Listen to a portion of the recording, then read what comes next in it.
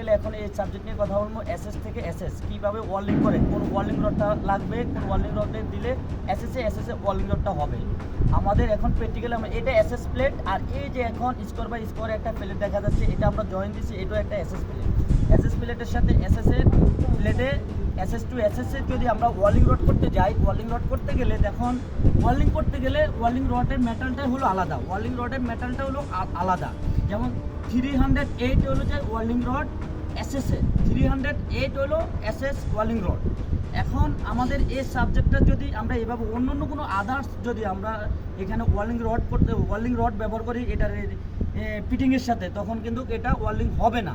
এটা সম্পূর্ণ সাবজেক্টটা আলাদা। আদার্স কোনো প্লটিং বাংলা যে কোনো রডটা আমরা বলি, এইগুলো আমাদের হবে না। এখন এসএস থেকে এসএস ওয়ার্লিং রড কোড নাম্বারটা আমাদের সবচেয়ে গুরুত্বপূর্ণ যে জানতে হবে। এটা 308 হলো এসএস এর কোড নাম্বার।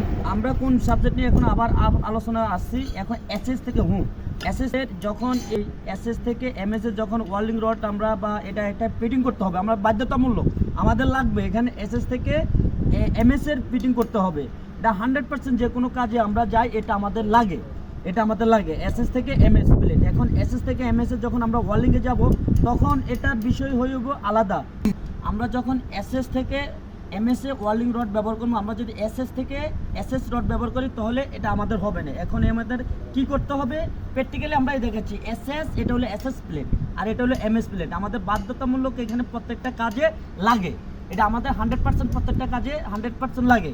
তখন আমাদের এই ক্ষেত্রে করতে হবে এসএস আর এমএস এ মিক্সার রড লাগবে, আর ওয়ার্লিং রডটা লাগবে। মিক্সার ওয়ার্লিং রডটা হলো যাই আমাদের বাধ্যতামূলক সবসময় আমাদের স্মরণ রাখতে হবে যে 309, এটা হলো mixer code number, mixer whirling code number.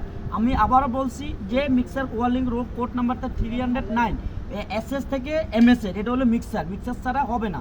আমরা আদার্স অন্য কোনো সাইট যদি ব্যবহার করি তাহলে আমাদের ক্ষেত্রে এটা হবে না।